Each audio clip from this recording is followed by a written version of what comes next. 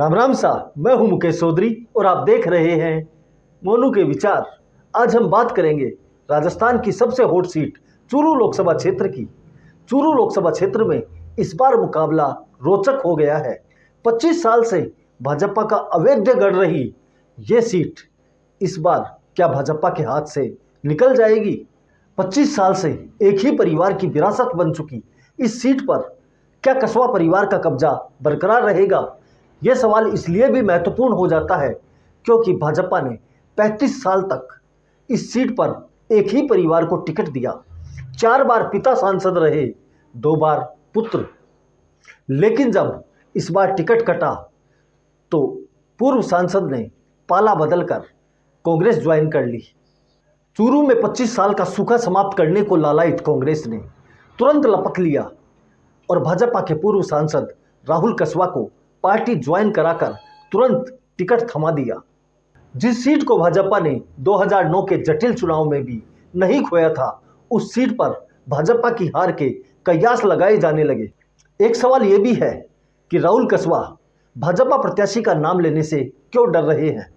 वो इस चुनाव को राहुल कस्वा वर्सेज राजेंद्र राठौड़ क्यों बनाना चाहते हैं? क्या इस चुनाव को जाट अस्मिता से जोड़कर राहुल कस्वा चूरू में कांग्रेस का खाता खोलने में कामयाब हो जाएंगे या फिर यह दाव उल्टा पड़ जाएगा? चूरू लोकसभा क्षेत्र को कस्बा परिवार की विरासत बनाने में जाट वोट का कितना योगदान है, इसे समझने के लिए जब मैंने चूरू लोकसभा क्षेत्र का इतिहास खंगाला, जब मैंने यह समझने का प्रयास किया कि यहाँ का वोटिंग पैटर्न और जातीय समीकरण क्या है, तो मेरे सामने कई ऐसे रोचक तथ्य आए जिन्हें मैं आपके साथ शेयर करूंगा। लेकिन उससे पहले एक छोटा सा निवेदन है, कृपया वीडियो को लाइक और चैनल को सब्सक्राइब कर लें। चूरू लोकसभा क्षेत्र का जातीय समीकरण और वोटिंग पैटर्न ये कहता है कि यहाँ पर अधिकतर चुनावों में जातिवाद नहीं हुआ है, और अगर उसी पैटर्न पर 2024 का चुनाव होता है तो क्या नतीजे होंगे, ये मैं आपको आगे अपने विश्लेषण में समझाने का प्रयास करूंगा। 1977 में अस्तित्व में आई चूरू लोकसभा क्षेत्र में 12 चुनाव हुए हैं, जिनमें से अभी तक सिर्फ एक बार गैर जाट सांसद बना है। 1984 के चुनाव में कांग्रेस के राजपूत प्रत्याशी मोहर सिंह ने यहां से जीत दर्ज की थी। एक रोचक तथ्य यह भी है कि इस सीट पर करीब 5 लाख SC ST और 2 लाख मुस्लिम मतदाता बताए जाते हैं। बावजूद इसके कांग्रेस ने यह सीट सिर्फ 3 बार जीती है, जबकि इस वोटर को कांग्रेस का परंपरागत वोटर माना जाता है।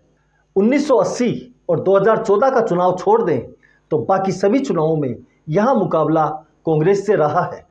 कांग्रेस ने यहां से 3 बार मुस्लिम प्रत्याशी, 2 बार राजपूत प्रत्याशी, 1 बार ब्राह्मण प्रत्याशी और 6 बार जाट प्रत्याशी को टिकट दिया है।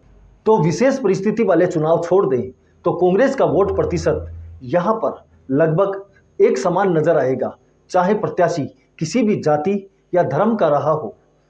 लेकिन भाजपा का वोट प्रतिशत यहां लगातार बढ़ता रहा है। इससे आप समझ सकते हैं कि कांग्रेस प्रत्याशी की जाति और धर्म का इस सीट पर कोई फर्क नहीं पड़ता है। यहां कांग्रेस के पास एक फिक्स वोट बैंक है। पिछले 25 साल से कांग्रेस का कोई भी प्रत्याशी इस वोट बैंक को बढ़ा नहीं पाया।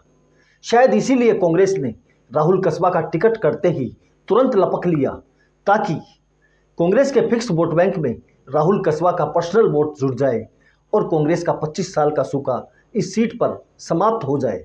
कांग्रेस के सारे समीकरण जातिवाद पर निर्भर हैं, इसीलिए आप इस सीट पर किसी भी कांग्रेसी से बात करेंगे तो वो राजेंद्र राठौड़ का जिक्र जरूर करेगा।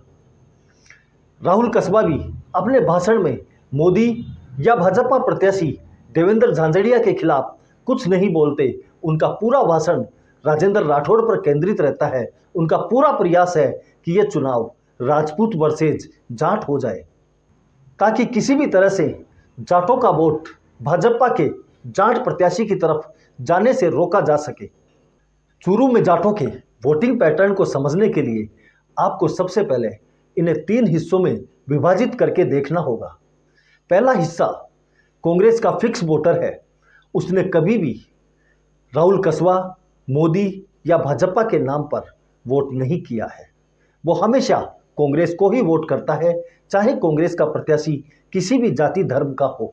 दूसरा हिस्सा वो है जो मोदी की नीतियों और राष्ट्रवाद का समर्थन करता है और वो आज भी भाजपा प्रत्याशी के साथ मजबूती से खड़ा है, हालांकि उसकी संख्या कम हो सकती है।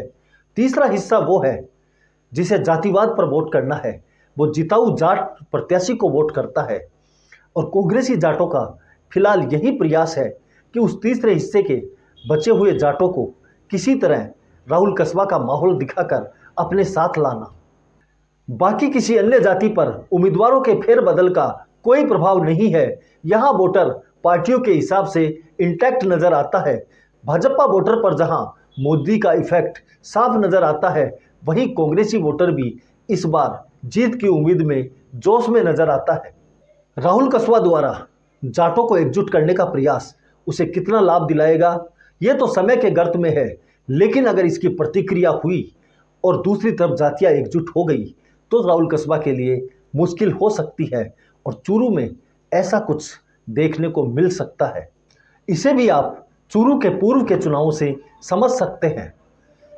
राहुल कस्बा के पिता राम सिंह कस्बा चूरू से 4 बार सांसद रहे और 2 चुनाव हारे, लेकिन वे कभी भी अपनी जीत का अंतर 30,000 से ऊपर नहीं ले जा सके।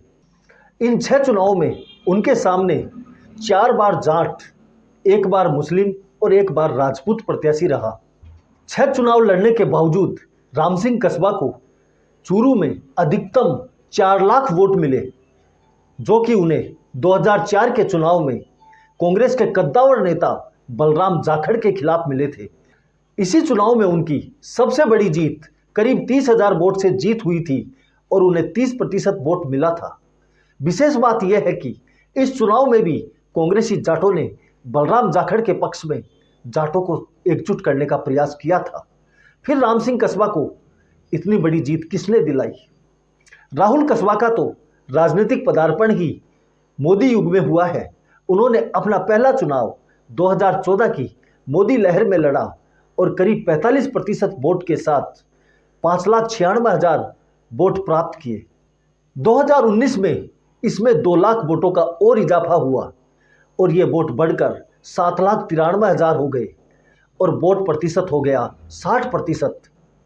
2014 में तो कांग्रेस के जाट प्रत्याशी तीसरे नंबर पर चले गए थे। इस पर कुछ लोगों का कहना है कि 2014 के चुनाव में कुछ जातियों ने जाट प्रत्याशी का विरोध करते हुए बसपा के अभिनेश महर्षि का समर्थन कर दिया था। उस चुनाव में अभिनेश महर्षि को 3 लाख के करीब वोट मिले और जाटों ने एकजुट होकर राहुल कस्बा को वोट दिया था। इस वजह से कांग्रेस का जाट प्रत्याशी इतना नीचे चला गया। लेकिन 2019 का चुनाव तो फिर पार्टी आधारित चुनाव था। भाजपा प्रत्याशी के 8 लाख वोटों के सामने कांग्रेस प्रत्याशी रफीक मंडेलिया को करीब 4,58,000 वोट मिले थे, यानी कि कांग्रेस का वोट कांग्रेस में लौट आया था। तो फिर राहुल कस्बा को इतना वोट किसका मिला? इसी सवाल के जवाब में इस सीट का परिणाम छिपा है। राहुल कस्बा को मिले करीब 8 लाख वोटों में मोदी इफेक्ट का कितना वोट है और जातिवाद से कितना वोट बढ़ा है, इसी पर इस सीट का परिणाम निर्भर करेगा। इस सीट की एक और रोचक बात आपको बताता हूं। इस सीट पर जाट वर्सेज जाट मुकाबला तो कई बार हुआ है, लेकिन जाट वर्सेज राजपूत मुकाबला सिर्फ 2 बार हुआ है। 1984 के चुनाव में कांग्रेस के राजपूत प्रत्याशी मोहर सिंह ने जीत दर्ज की थी। वहीं 1991 के चुनाव में कांग्रेस का राजपूत प्रत्याशी मात्र 168 वोट से यह चुनाव हारा था। ऐसे में देखना दिलचस्प होगा कि राहुल कस्बा का राजपूत वर्सेज जाट करना क्या गुल खिलाता है। पैरा ओलंपिक में स्वर्ण पदक विजेता देवेंद्र झांझड़िया को मोदी इफेक्ट और सर्व समाज का वोट संसद पहुंचाता है, या फिर जातिवादी वोट एक परिवार की विरासत बचाने में कामयाब हो जाता है। मेरा अनुमान तो ये कहता है कि राहुल कस्बा को ये चुनाव अपने आप से लड़ना होगा। उनको मिले करीब 8 लाख वोट और जीत का अंतर 3,34,000 मोदी इफेक्ट के कारण आया था और इसके पीछे बढ़ी हुई वोटिंग प्रतिशत सबसे बड़ा कारण थी। मोदी के नाम पर राहुल कस्बा को मिला हुआ वोट आज भी मोदी के साथ है। वो कभी भी पंजे के सिंबल पर नहीं जाएगा। राहुल कस्बा ने पार्टी बदली है, लेकिन उनके साथ जाटों के अलावा और कोई जाति का वोट जाता हुआ नजर नहीं आता है। राहुल कस्बा अपने साथ भाजपा को वोट देने वाले कितने प्रतिशत जाट वोट को ले जाने में कामयाब होते हैं, इसी पर उनकी जीत हार का आंकड़ा तय करेगा। इस पर आप क्या सोचते हैं? अपने विचार कमेंट करके बताएं। वीडियो पसंद आया तो इसे लाइक करें, चैनल को सब्सक्राइब करना न भूलें। धन्यवाद। जय हिंद, जय भारत।